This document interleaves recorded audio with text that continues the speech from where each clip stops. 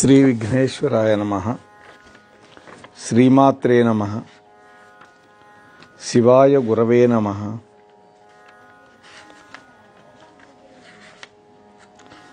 ఆపదామపహర్తారం దాతారం సర్వసంపదాం లోకాభిరామం శ్రీరామం భూయో భూయో నమామ్యహం. రామాయ రామభద్రాయ రామచంద్రాయ వేధసే రఘునాథాయ నాథాయ సీతాయా పతయే నమః. మనోజవం మారుతతుల్యవేగం జితేంద్రియం బుద్ధిమతాం వరిష్టం వాతాత్మజం వానరయూథముఖ్యం శ్రీరామదూతం శిరసా నమామి. శ్రీరామకృతికర్తారం భక్తలోకశిరోమణిం వందేహం తులసీదాసం మహాకవివతం సకం. శ్రీ గురుభ్యో నమః. ప్రియ భగవద్బంధువులారా, మనం తులసీదాసు విరచితమైనటువంటి శ్రీరామచరిత మానసాన్ని గత 8 రోజులుగా అనుసంధానం చేసుకుంటూ ఇవాళ 9వ రోజు ప్రవచనంలోకి అడుగు పెడుతూ ఉన్నాం. నిన్నటి రోజున మనం దేవతలకి విష్ణుమూర్తి ఇచ్చినటువంటి అభయం, శ్రీరామ లక్ష్మణ భరత శత్రుఘ్నుల యొక్క జననము, బాల్య లీలలు, అలాగే విశ్వామిత్రుడి యొక్క యాగ పరిరక్షణ, అటువంటి ఘట్టాలన్నీ కూడా రామానుగ్రహంతో చెప్పుకోగలిగాం. మరి ఈ రోజున అహల్యాశాప విమోచనం తదితర ఘట్టాలు కూడా మనం అనుసంధానం చేసుకునే ప్రయత్నం చేద్దాం. యాగరక్షణ పూర్తి చేసినటువంటి రామలక్ష్మణులు విశ్వామిత్ర మహర్షితోటి మిథిలా నగరానికి బయలుదేరారు. అక్కడ ధనుర్యజ్ఞ మహోత్సవం జరుగుతోంది, చూద్దామని తీసుకువెళ్తున్నాడు విశ్వామిత్ర మహర్షి. అదొక మిష. రాముణ్ణి శ్రీరాముడిగా మార్చాలి. ఏమిటి రాముణ్ణి శ్రీరాముడిగా మార్చడం అంటే? శ్రీ అంటే అమ్మవారు, అంటే అమ్మవారితోటి కళ్యాణం జరిపించాలి. అందుకని విశ్వామిత్ర మహర్షి మిథిలా నగరానికి నడిపిస్తున్నాడు. ఆ దారిలో నిర్జనమైనటువంటి ఒక ఆశ్రమం కనపడింది.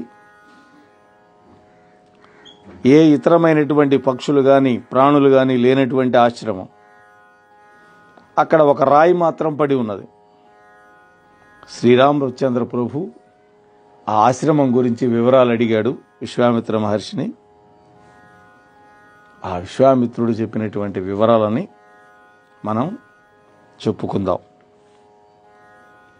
గౌతమ మహర్షి యొక్క ధర్మపత్ని అయినటువంటి అహల్యాదేవి శాపవశం వల్ల శిలయై నీ పాదకమల రేణువును కాంక్షిస్తూ ఉన్నది రామా, ఆమె మీద కృప చూపవయ్యా అన్నాడు.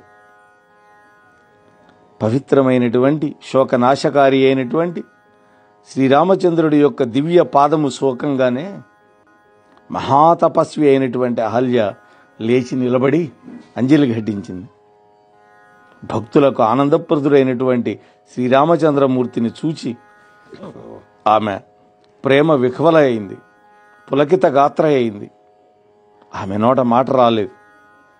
అత్యంత భాగ్యశాలి అయినటువంటి ఆ అహల్య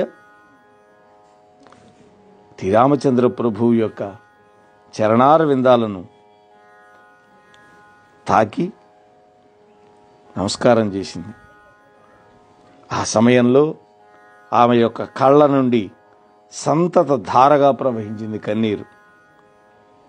ఆమె చివరికి ధైర్యాన్ని కూడగట్టుకుని భక్తి పారవస్యంతో నిర్మలమైనటువంటి కంఠంతో శ్రీరామచంద్ర ప్రభువుని స్తోత్రం చేసింది. హే ప్రభు, బ్రహ్మజ్ఞానులకే గోచరమైనటువంటి ఓ రఘురామ, మీకు జయం. నేను అపవిత్రురాలిని, మీరు లోకపావనులు, భక్తులకు సుఖాలిచ్చే వంటి వాళ్ళు. ఓ కమలనైనా, జనన మరణ క్లేశాలను తొలగించేవాడా, నేను మీ శరణు జొచ్చుతున్నాను, నన్ను రక్షించండి. నా భర్త నాకు శాపం ఇచ్చి మేలే చేశాడు. దాన్ని నేను పరమానుగ్రహంగా భావిస్తూ ఉన్నాను. దానివల్ల మోక్షప్రదాత అయినటువంటి ఆ శ్రీహరిని నేత్రపర్వంగా దర్శించుకోగలిగాను. మీ దర్శన భాగ్యానికై ఆ పరమశివుడు కూడా తహతహలాడుతూ ఉంటాడు. నేను మందబుద్ధిని, నాకు ఒక్క వరం ప్రసాదించు స్వామి. నా మనస్సు అనేటువంటి తుమ్మెద సర్వదా మీ పాదకమల రసాస్వాదాన్ని చేసేటట్లుగా అనుగ్రహించండి. మీ పాదముల నుండి పరమ పవిత్రమైన గంగ ఉద్భవించింది. అలా ఉద్భవించినటువంటి గంగ శివుడి యొక్క జటాజూటాన్ని అలంకరించింది. మీ యొక్క శ్రీపాదాలను కడిగి బ్రహ్మ వాటిని భక్తితో సేవించాడు. అటువంటి మీ పాదము నా శిరముపై మోపబడింది. నేను ధన్యురాలైనాను స్వామి అని అహల్య పదే పదే భగవంతుడికి ప్రణామాలు చేసింది. అప్పుడు ఆమె అడిగినటువంటి అద్భుతమైన వరాన్ని ఆనందంగా అనుగ్రహించాడు రామచంద్రుడు. అదే సమయంలో గౌతమ మహర్షి అక్కడికి వచ్చాడు. ఇద్దరూ కలిసి రామచంద్రమూర్తిని అర్చించారు. తరువాత వాళ్ళిద్దరు కూడా వెళ్ళిపోయారు. తులసీదాస్ అంటున్నాడు, శ్రీరామచంద్ర ప్రభువు దీనజన బాంధవుడు, అవ్యాజ కరుణామూర్తి. ఓ మూఢ మనస, ఈ కపటాలైనటువంటి జంఝాటాలను విడిచిపెట్టి ఆయన నామాన్నే భజించు అంటూ ఉన్నాడు తులసీదాస్. రామలక్ష్మణులు విశ్వామిత్రుడు వెంట పవిత్ర గంగా నదీ తీరానికి చేరుకున్నారు. అక్కడి నుంచి బయలుదేరి అక్కడ మునిశ్రేష్ఠుడైనటువంటి విశ్వామిత్రుడు దేవనది అయినటువంటి గంగ భూమికి అవతరించినటువంటి కథ అంతా వివరించాడు. అక్కడ వాళ్ళు ముగ్గురు కూడా మహర్షులతోటి కూడి గంగా నదిలో స్నానం చేశారు. బ్రాహ్మణులకు అనేకమైన దానాలు ఇచ్చారు. ఆ తరువాత ముని సమాజంతో కలిసి శ్రీరాముడు లక్ష్మణ సమేతుడై మిథిలా నగరానికి సమీపించారు. రామలక్ష్మణులు ఆ మిథిలా నగర శోభను చూచి చాలా ఆశ్చర్యపోయినారు, సంతోషపడ్డారు. అక్కడ వాపి కూప తటాకాలతోటి అమృతతుల్యమైనటువంటి జలాలు నిండి ఉన్నాయి. మణిమయమైనటువంటి సోపానాలు చూడటానికి ఎంతో ఆశ్చర్యాన్ని కలిగిస్తూ ఉన్నాయి. పుష్పాలలో ఉండేటువంటి మకరందాన్ని ఆస్వాదించేటువంటి తుమ్మెదలు ఝంకారాలు చేస్తూ ఉన్నాయి. శీతల మంద మారుతాలు పరిమళ భరితములై ఆహ్లాదకరంగా వీస్తూ ఉన్నాయి. నగరానికి 4 వైపులా ఉద్యానవనాలు, పూల తోటలు, నానా విధమైనటువంటి పక్షులకి ఆలవాలమై ఉన్నాయి. అంతేకాదు చక్కటి పుష్పాలు ఫలాలతోటి ఆ తోటలు విరాజమానంగా ఉన్నాయి. ఆ నగరం యొక్క శోభ వర్ణించటానికి అలవి కానటువంటి అందంగా ఉంది. సుందరమైనటువంటి అంగడి వీధులు, సాక్షాత్తు బ్రహ్మదేవుడే స్వయంగా తీర్చిదిద్దినట్లుగా ఉన్నాయి. ఆ నగరంలో కుబేరుడితోటి తులతూగే ధనికులు ఉన్నారు. వ్యాపారస్తులు అంగళ్లలో అమూల్యమైనటువంటి వివిధ రకాల వస్తువులను ప్రదర్శించి అమ్ముతూ ఉన్నారు. ఆ వీధులన్నీ కూడా పరిశుభ్రంగా ఉన్నాయి. ఆ కూడళ్ళు సుగంధ జలాల చేత తడపబడి ఉన్నాయి. ఆ పురవాసుల యొక్క ఇళ్ళు మంగళకరాలుగా ఉన్నాయి.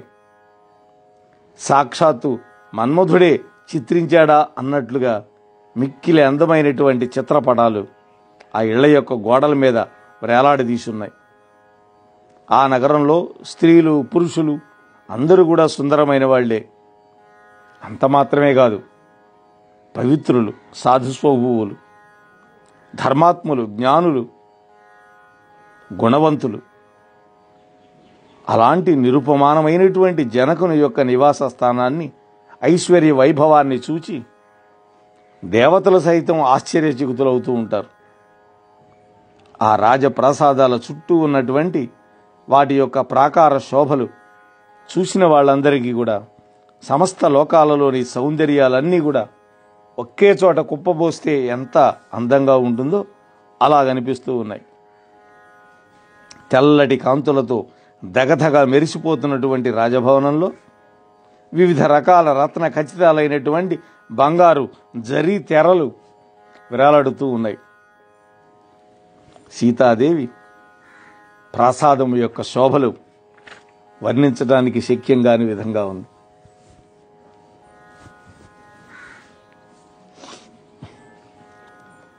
అలా అంతటి అద్భుతమైనటువంటి నగరాన్ని చూస్తూ విశ్వామిత్రుడు అన్ని వసతులు ఉన్నటువంటి ఒక మామిడి తోపును చూచి, రఘువీర, ఈ ప్రదేశం నాకు బాగా నచ్చిందయ్యా, మనం ఇక్కడే ఉందాం అన్నాడు. వినయశీలుడైనటువంటి రాముడు అట్లే స్వామి అని తన ఆమోదాన్ని, ఆనందాన్ని కూడా తెలియజేశాడు. ఆ ముని బృందంతో వాళ్ళు అక్కడే ఉన్నారు. విశ్వామిత్రుడి యొక్క ఆగమన వార్త చారుల వల్ల జనక మహారాజుకు తెలిసింది. వెంటనే జనక మహారాజు తనకు విశ్వాసపాత్రులైన మంత్రులు, యోధులు, బ్రాహ్మణులను, వాళ్ళ కులగురువు అయినటువంటి శతానందుణ్ణి, ఈ శతానందుడు సాక్షాత్తు అహల్య గౌతముల యొక్క పుత్రుడు, రాజబంధువులను వెంటబెట్టుకుని అత్యంత ప్రసన్నచిత్తుడై విశ్వామిత్రుల వారిని దర్శించడానికి వచ్చాడు. జనక మహారాజు ఆ విశ్వామిత్ర మహర్షికి సాష్టాంగ దండ ప్రణామం చేశాడు. ఆ ముని ప్రసన్నుడై ఆయన్ను దీవించాడు. అప్పుడు జనకుడు ఆ బ్రాహ్మణ బృందానికి వందనాలు చేసి ఆ మునీశ్వరులకి తాను ధన్యుణ్ణైనానని వినమ్రమైనటువంటి వచనాలు పలికి అమితానందాన్ని పొందాడు. కుశల ప్రశ్నలు అయిపోయిన తర్వాత విశ్వామిత్ర మహర్షి రాజుగారిని సుఖాసీనుని చేశాడు. ఆ ఉద్యానవన శోభలను తిలకించడానికి రామలక్ష్మణులు వెళ్ళి అదే సమయంలో అక్కడికి వచ్చారు. కౌమారావస్థలో కనువిందుగా విస్తూ ఉన్నటువంటి శ్యామ గౌరవర్ణాలతోటి అలరారుతూ ఉన్నటువంటి ఆ రాజకుమారు అందరి హృదయాలను చూరగొన్నారు. శ్రీరాముడి యొక్క రాకతో అందరూ లేచి నిలబడ్డారు. విశ్వామిత్రుడు ఆయన తన దగ్గర కూర్చోబెట్టుకున్నాడు. చూడముచ్చటైనటువంటి వాళ్ళ అందచందాలను చూసి అక్కడ వాళ్ళ నేత్రాలు ఆనంద పరిపూర్ణమైనవి, వాళ్ళ శరీరాలు పులకించిపోయినాయి. శ్రీరామచంద్రమూర్తి యొక్క మనోహర రూప లావణ్యాలకు అబ్బురపడి ఆ విదేహరాజు జనకుడు నిజంగా విస్మృత దేహుడైనాడు, విదేహుడైపోయినాడు. అసలే ఆయన పేరు విదేహుడు. అటువంటి అందచందాలు కలిగే రామును చూస్తే ఇంకా ఆయన దేహభ్రాంతి విడిచిపెట్టాట. ఆనందపరవశమైనటువంటి తమ యొక్క మనస్సులను పదిలం చేసుకుని జనకుడు మహర్షి యొక్క పాదాలకు మళ్ళీ నమస్కారం చేసి గంభీరమైనటువంటి స్వరంతో, స్వామి విశ్వామిత్ర, ఈ బాలకులు ఇద్దరు కూడా మునికుల భూషణుల, లేకపోతే రాజకుల దీపకుల, లేదా వేదముల చేత నేతి నేతి అని వర్ణింపబడిన నిర్గుణ నిరాకార పరబ్రహ్మం యొక్క 2 సాకార సగుణ స్వరూపాలా? ఏమి అద్భుతంగా అడుగుతున్నాడు. పరబ్రహ్మ స్వరూపాలా? దయతో చెప్పండి. సహజంగా వైరాగ్యపూర్ణమైనటువంటి నా మనస్సు సైతం వీరిద్దరినీ చూచి చంద్రుని చూచిన చకోర పక్షుల్లాగా ముగ్ధ మనోహరం అవుతోంది. మునీశ్వర, నిండు మనస్సుతో అడుగుతున్నాను, వీరిద్దరూ ఎవరు? ఏమీ దాచకుండా దయతోటి వివరంగా చెప్పండి. వీళ్లను చూసినటువంటి తర్వాత నా మనస్సు ప్రేమ పరవశమై బ్రహ్మానంద సుఖాన్ని కూడా కోరుకోవటం లేదు అని అడిగాడు జనక మహారాజు. అప్పుడు ఆ విశ్వామిత్ర మహర్షి చిరునవ్వు నవ్వి, రాజా, మీరు లెస్స పలికారు. మీ వచనాలు ఎప్పుడు కూడా అసత్యం కావు. ప్రపంచంలోని సమస్త ప్రాణులకు వీరు ప్రియతములు అని మాట్లాడుతూ ఉంటే వింటూ ఉన్నటువంటి ఆ శ్రీరామచంద్ర ప్రభు మనస్సులోనే నవ్వుకున్నాడు. రహస్యాన్ని విప్పదలిచినట్లుగా సంజ్ఞ చేశాడు. విప్పవద్దని, రహస్యం చెప్పద్దు అని సంజ్ఞ చేశాట గురువుగారికి. అప్పుడు విశ్వామిత్రుడు అంటున్నాడు, వీళ్ళిద్దరు కూడా రఘుకుల శ్రేష్ఠులైనటువంటి దశరథ మహారాజు యొక్క కొడుకులు. నాకు సహాయంగా ఉండడం కోసం వాళ్ళ తండ్రి యొక్క ఆజ్ఞ మేరకు వచ్చి నా యజ్ఞాన్ని పరిసమాప్తి చేసి నాకు సహాయం చేశారు. రామలక్ష్మణ నామధేయులైనటువంటి ఈ సోదరులు రూపశీల బల సంపన్నులు. వీళ్ళిద్దరూ రాక్షసులను యుద్ధంలో చంపేసి నా యజ్ఞాన్ని సంరక్షించారు. అప్పుడు జనక మహారాజు, విశ్వామిత్ర మహర్షి, నా పుణ్య విశేషం వల్ల మీ యొక్క పాద దర్శన భాగ్యం కలిగింది. శ్యామ గౌరవర్ణాలతోటి విలసిల్లుతూ ఉన్నటువంటి ఈ సోదర ద్వయం ఉంది, ఆనందానికే ఆనందం చేకూర్చారు. ఈ సోదరుల యొక్క ప్రేమానురాగాలు మనోహరంగా ఉన్నాయి, అత్యంత పవిత్రంగా ఉన్నాయి, లోకానికి ఆదర్శప్రాయంగా ఉన్నాయి. బ్రహ్మ జీవుల యొక్క అనుబంధంలాగా, బ్రహ్మ జీవుడు అనుబంధంలాగా వీరి యొక్క ప్రేమ సహజంగా ఉంది, వాక్కులకు అందడం లేదు అని ఆ విదేహ భూపతి జనక మహారాజు శ్రీరామచంద్ర ప్రభువుని తదేక దృష్టితో చూస్తూ ఆనంద పులకత గాత్రుడైపోయాడు. ఆయన హృదయం భక్తి పరిపూర్ణమైంది. మహర్షిని ప్రశంసిస్తూ ఆయన యొక్క పాదాలకు మళ్లీ నమస్కారం చేశాడు.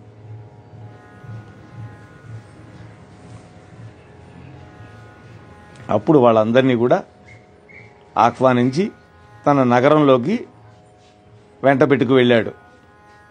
అన్ని ఋతువుల్లో కూడా సుఖకరములైన భవనాలలో వాళ్ళని నివసింపజేశాడు. ఏ ఋతువులోనైనా ఆ భవనంలో ఉండొచ్చు. ఆ ఋతువుకు సంబంధించినటువంటి వాతావరణం అక్కడ ఉంటుంది. మనం ఇప్పుడు ఏసీ అంటున్నామే, అలాంటిది.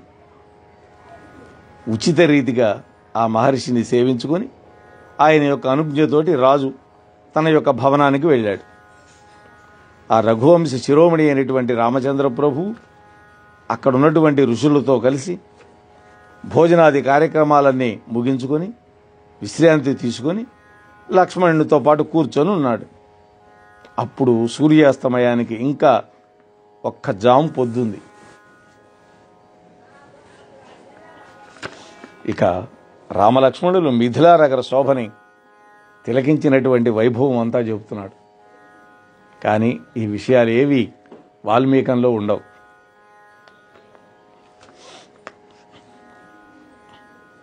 ఆ మిథిలా నగరం యొక్క శోభని తిలకించాలి అని కోరిక లక్ష్మణుడికి ప్రగాఢంగా కలిగింది. వెంటనే విశ్వామిత్ర మహర్షి, అన్నయ్య శ్రీరాముడు అందుకు ఆమోదిస్తారో లేదో అనేటువంటి భయంతో, సంకోచంతో దాన్ని ప్రకటించకుండా లక్ష్మణస్వామి తనలో తాను నవ్వుకుంటూ ఉన్నాడు. నూతన నగరం యొక్క శోభలను దర్శించాలి అనేటువంటి కుతూహలం బాలురకు ఉండడం సహజమే కదా. లక్ష్మణుని యొక్క మనోభావాలు గ్రహించాడు శ్రీరామచంద్రుడు. ఆయనలో సోదర వాత్సల్యం పిల్లుబిగింది. వెంటనే గురువుగారి యొక్క ఆజ్ఞ తీసుకోవడం కోసం వినయంతో సంకోచంతో ముసిముసి నవ్వులతో ఇలా అంటున్నాడు రాముడు, స్వామి, మా తమ్ముడు లక్ష్మణుడు నగర విశేషాలను చూడాలి అనుకుంటున్నాడు. కానీ భయం వల్ల సంకోచం వల్ల మిమ్మల్ని అడగలేకపోతున్నాడు. మీ ఆజ్ఞ అయితే మేమిద్దరం వెళ్ళి ఈ పట్టణం యొక్క శోభను తిలకించి వస్తాం అన్నాడు. ఈ మాటకు విశ్వామిత్రుడు సంతోషపడి, నాయనా రామ, నీతిని ధర్మాన్ని రక్షించడంలో నీవు అసమానవుడు. భక్తికి వశుడవై నీవు సేవకులకు సుఖానందాన్ని కూరుస్తూ ఉంటావు. కాబట్టి మీ ఇద్దరు సోదరులు వెళ్ళి నగరము యొక్క అందాన్ని తిలకించిరండి.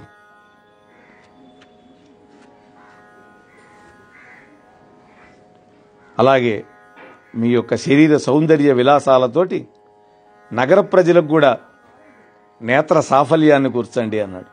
వాళ్ళ కళ్ళుందుకు, ప్రజలకి కళ్ళు ఉన్న దేనికి?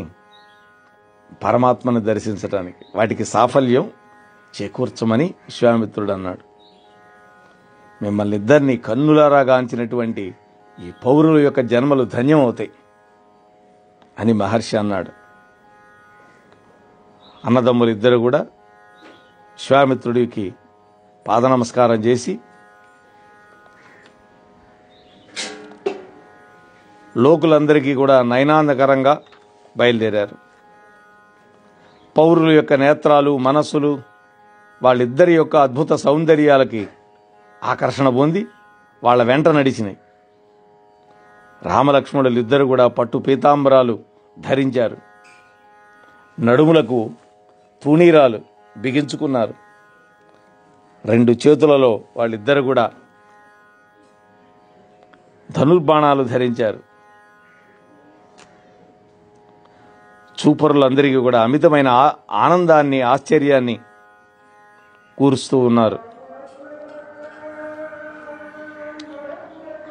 సింహ సదృశ్య కంధరాలతో, ఆజాను బాహువులతో, విశాల వక్షస్థలం మీద ముత్యాల మాలలతోటి, రాజీవలోచనాలతోటి, తాపత్రయాలను హరించేటటువంటి చంద్ర వదన శోభలతోటి అలరారుతూ ఉన్నారు.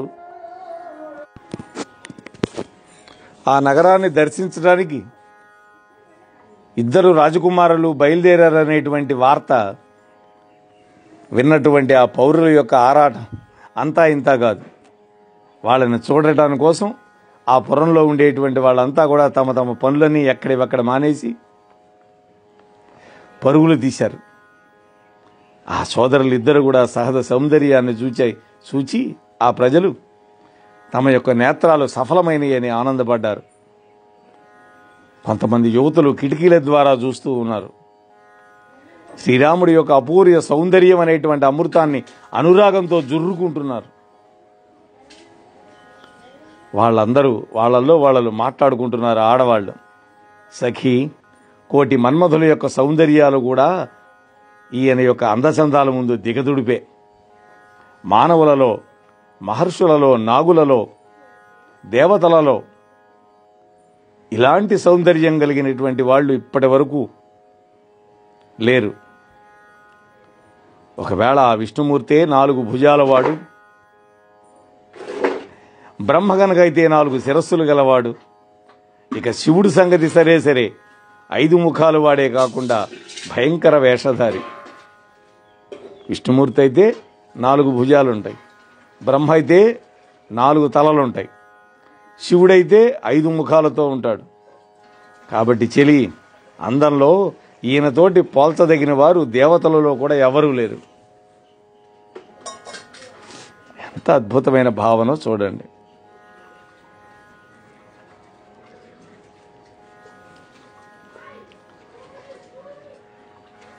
ఈ జంట, ఈ ఇద్దరు యువకులు దశరథ మహారాజు గారి యొక్క కొడుకులు. యుద్ధంలో రాక్షసులను సంహరించి విశ్వామిత్రుడి యొక్క యాగాన్ని సంరక్షించారు. ఆ శ్యామల వర్ణ గాత్రుడున్నాడే, కమల నేత్రాలతోటి ధనుర్బాణధారి, మారీచ సుబాహులు యొక్క మదాన్ని అడిచినటువంటి వాడు, జ్యేష్ఠుడు, కౌసల్యానంద వర్ధనుడు, బంగారు వన్యవాడున్నాడే రెండోవాడు. ఆయన విల్లంబులతో కూడి శ్రీరాముడు వెంట నడుస్తూ ఉన్నాడు. అతడి యొక్క తమ్ముడు సుమిత్రానందవర్ధనుడైనటువంటి వాడు లక్ష్మణుడు అని వాళ్ళు చెప్పుకుంటూ ఉన్నారు. అలనాడు శ్రీకృష్ణ భగవానుడు మథురా నగరానికి వచ్చినప్పుడు తన సోదరుడితో కలిసి ధనుర్యాగానికి ఇదే విధంగా ఆ నగరంలో ఉండేటి వాళ్ళంతా కూడా డాబాల మీద నిలబడి, బాల్కనీల్లో నిలబడి ఆ శ్రీకృష్ణ పరమాత్మ యొక్క దివ్యాను అనుగ్రహాన్ని పొందడం కోసం ఆయన యొక్క దివ్యమంగళ స్వరూపాన్ని ఇట్లాగే వర్ణించారు. అక్కడ ఉండేటువంటి ఆ కాంతాలంతా కూడా దాన్నే ఇక్కడ కూడా తులసీదాసు మనకు చూపిస్తూ ఉన్నాడు.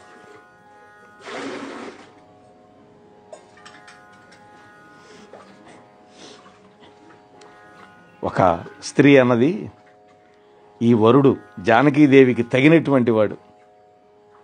ఓ చెలి, మన జనక మహారాజు ఈయన యొక్క రూప లావణ్యాలను బాగా గనక చూస్తే తన ప్రతిజ్ఞను కూడా విడిచిపెట్టి జానకీదేవినిచ్చి ఇతనికి వివాహం జరిపిస్తాడు. ఏమిటి ఆయన ప్రతిజ్ఞ? శివధనస్సు ఎక్కుపెట్టడం. అది కూడా మర్చిపోతాడు. ఇంకొక భామిని అంది, జనక మహారాజు వీళ్ళిద్దరిని గుర్తించాడు. ఆ మహర్షితో పాటు వీళ్ళను కూడా సాదరంగా సన్మానించాడు. కానీ రాజు తన ప్రతిజ్ఞను విడిచిపెట్టడు. ఎందుకని?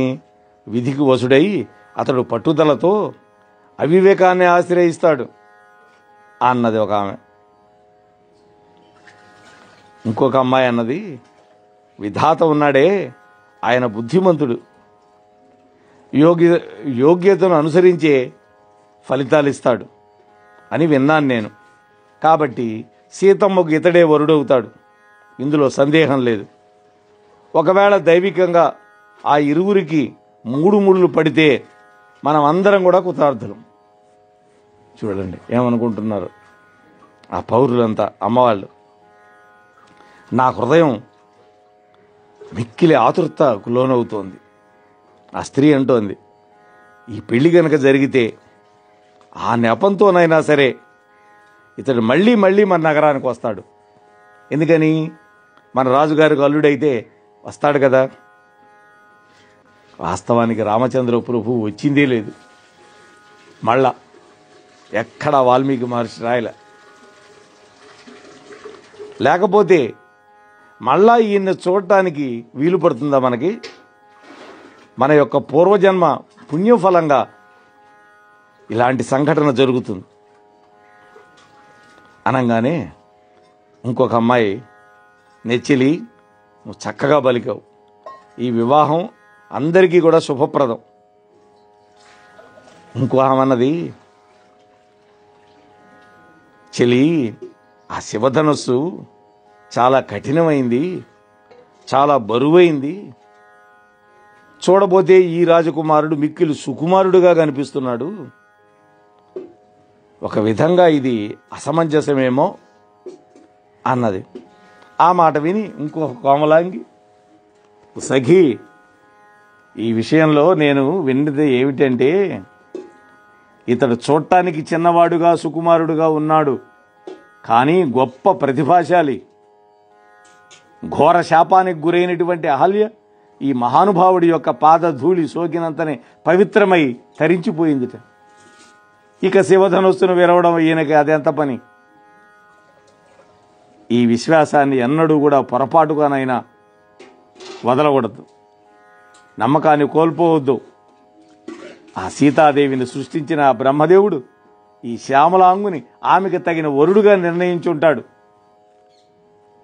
అనేసరికి ఈ మాటలు అందరికీ ఆనందం కలిగించినాయి. అలాగే జరిగి తీరుతుందని అందరూ ముక్త కంఠంతో అనుకున్నారు. ఆ సోదరులిద్దరూ కూడా నగరం యొక్క తూర్పు దిశగా నడిచారు. అక్కడ ధనుర్యాగం కోసం ఒక రంగం సిద్ధం చేయబడి ఉన్నది. వాహనవాణి తెలుగు పోడ్కాస్ట్ ఛానల్ ని లైక్, షేర్, సబ్స్క్రైబ్ చేయండి. ప్రక్కనున్న గంటను మ్రోగించండి.